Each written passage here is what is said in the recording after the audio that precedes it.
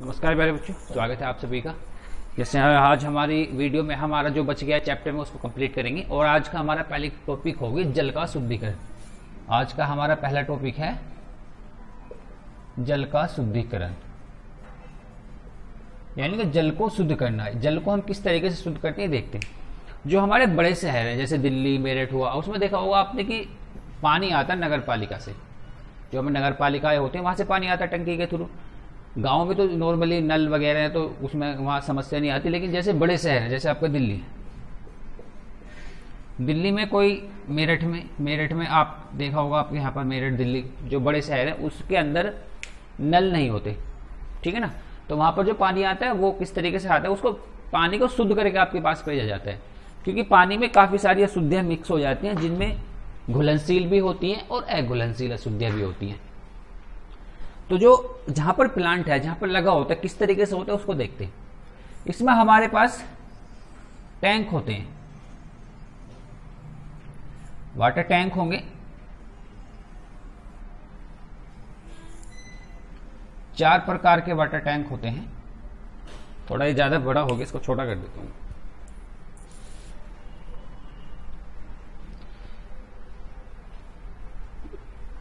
चार प्रकार के वाटर टैंक होते हैं। सबसे पहले, दूसरा,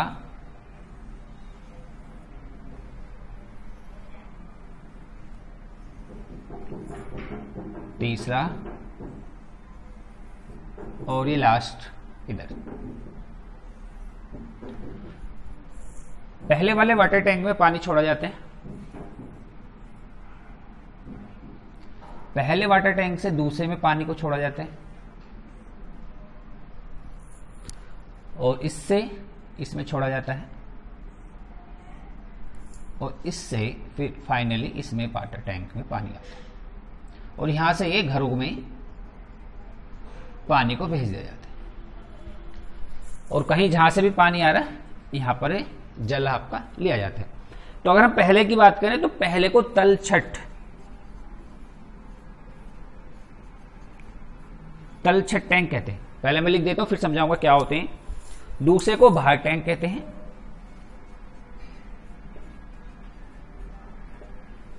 तीसरे को हम कहते हैं छानक टैंक और लास्ट को क्लोनी कलर टैंक कहते हैं। चलिए देखते हैं तलछट। जब पानी हमारे साथ में आता है तो पानी में कुछ अघुलनशील अशुद्धियां होती हैं। तो जैसे इसमें पानी को भरा जाता है तो उसके अंदर कुछ अशुद्धियां जो होती हैं भारी वाली वो नीचे बैठ जाती हैं। तो इसमें तलछट से मतलब जो तली में नीचे बैठ जाती है उसको हम तलछट कहते हैं। इसके बाद पुनः आपको भार टैंक में पानी को छोड़ा जाता है। भार टैंक से जो छानक है, छानक में यहाँ लेयर होती हैं। सबसे पहले यहाँ पर पत्थर, कोयला और बालू की लेयर होती है। तो इससे इसमें छोड़ा जाता है। यहां से जो अशुद्धि हैं वो सारी नीचे बैठ जाती हैं। अशुद्धि नीचे बैठ जाती है यहीं पर, यहां से यहां पर, यहां, यानी कि इसमें यहां तक आते आते छानक तक आपके जल में जो भी अविलेय अशुद्धियां होती हैं, अविलेय से तात्पर्य जो पानी में नहीं घुलती, जितनी भी अविलेय अशुद्धियां होती हैं वो यहां तक समाप्त हो जाती हैं। अब जो आपका इस टैंक में पानी आया है वो बिल्कुल देखने में साफ होता है, लेकिन वो उसमें कुछ सूक्ष्म जीव, उसके अंदर कुछ सूक्ष्म जीव की उपस्थिति होती है। सूक्ष्म जीव से तात्पर्य जिन्हें हम आंखों से नहीं देख सकते। तो यहां पर क्लोरीन गैस छोड़ी जाती है, क्लोरीन गैस। और ये क्लोरीन गैस उन सूक्ष्म जीव को नष्ट कर देती है और इस तरीके से यहां पर हमें एक शुद्ध जल प्राप्त होता है। हमें क्या प्राप्त होता है? शुद्ध जल प्राप्त होता है जो हम घरों में छोड़ते हैं। तो ये आपका जल का शुद्धिकरण था एक तरीके से। बुक में पूरा है, आप चित्र बनाएंगे अच्छे से और इसको आपको करना है, ठीक है। चलिए नेक्स्ट हमारा जो, अगर नेक्स्ट पॉइंट की बात करें, इसके बाद है हमारा भौतिक और रासायनिक परिवर्तन।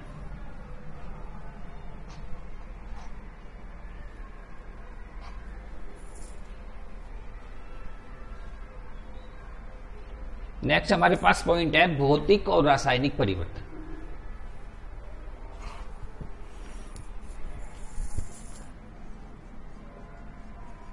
भौतिक और रासायनिक परिवर्तन। इनको समझने से पहले हम समझते हैं किसी भी पदार्थ के, कोई भी आपके पास पदार्थ है, उसके गुण होते हैं। उसका अपना रंग होता है, अपना आकार होता है, दूसरी उसके अपने कुछ रासायनिक गुण होते हैं, यानी कि रंग आकार को, इनको हम कहते हैं भौतिक गुण। इनको हम क्या कहेंगे? भौतिक गुण।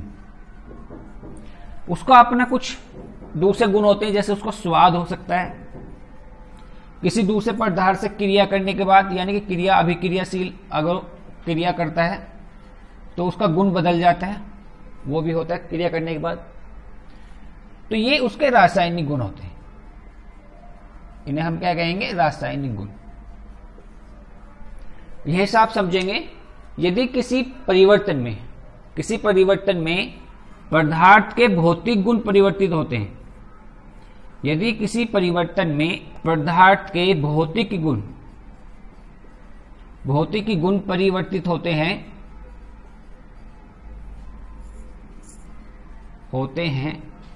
तो उसे भौतिक परिवर्तन कहा जाता है।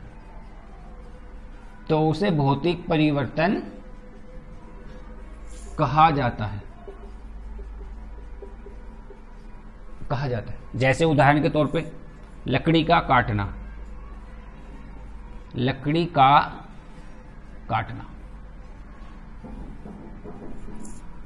जल में चीनी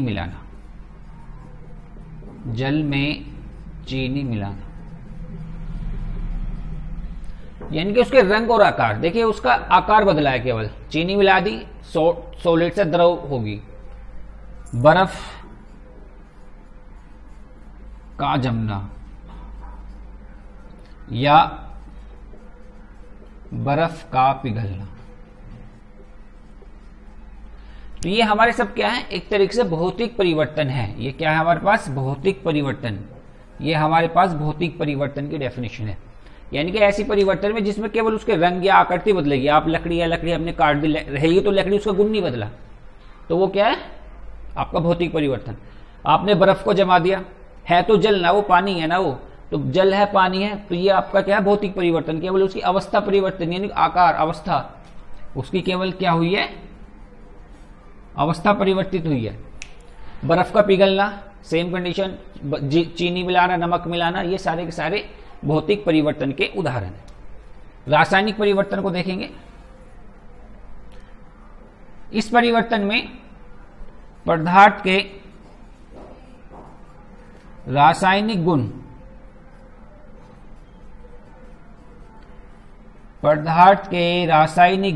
बदल जाते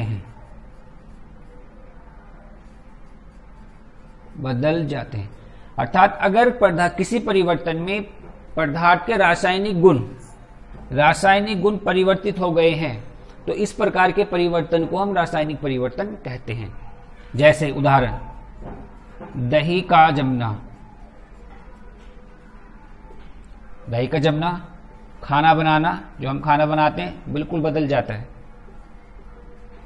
खाना बनना, तो ये सारे आपके क्या हैं? एक तरीके से रासायनिक परिवर्तन के उदाहरण है। लोहे पर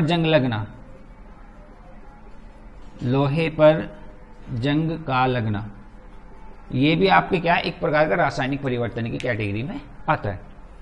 अब कुछ ऐसे परिवर्तन भी होते हैं जिसमें रासायनिक भी होता है और भौतिक भी होता है। वे कौन से परिवर्तन है उसको भी देख लेते हैं। जैसे मोमबत्ती का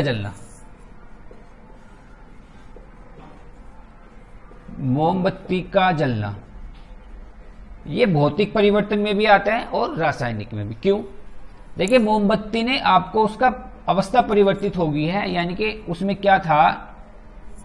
उसने जल के आपको ऊर्जा और प्रकाश दिया है, यानी कि कुछ नई चीजें दी गई हैं। और रासायनिक परिवर्तन में पदार्थ अपनी मूल अवस्था को छोड़कर हमें कुछ नई चीजें देता है, तो उसे हम क्या कहते हैं? रासायनिक परिवर्तन। अब चूंकि मोमबत्ती ने हमें ऊर्जा और प्रकाश दिया है, इसलिए आपका रासायनिक परिवर्तन। लेकिन मोमबत्ती की यहां अवस्था बदल गई है, तो इस आधार पर इसको भौतिक परिवर्तन भी हम कह सकते हैं। तो मोमबत्ती का जलना भौतिक और रासायनिक दोनों परिवर्तनों की कैटेगरी में आता है। इसके बाद करते हैं तत्व।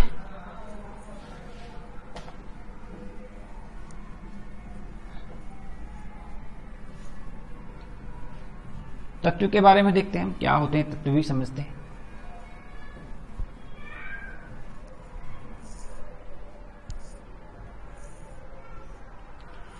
तत्व किसी पदार्थ का वो रूप होता है, आप इसको याद रखेंगे, तत्व किसी पदार्थ का वो रूप होता है जो अपनी मूल अवस्था से परिवर्तित नहीं किया जा सकता।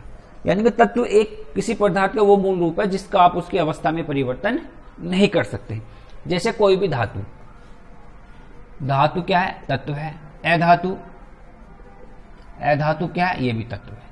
यानी कि जैसे धातु, अधातु, ये सारे क्या है? तत्वों के उदाहरण है।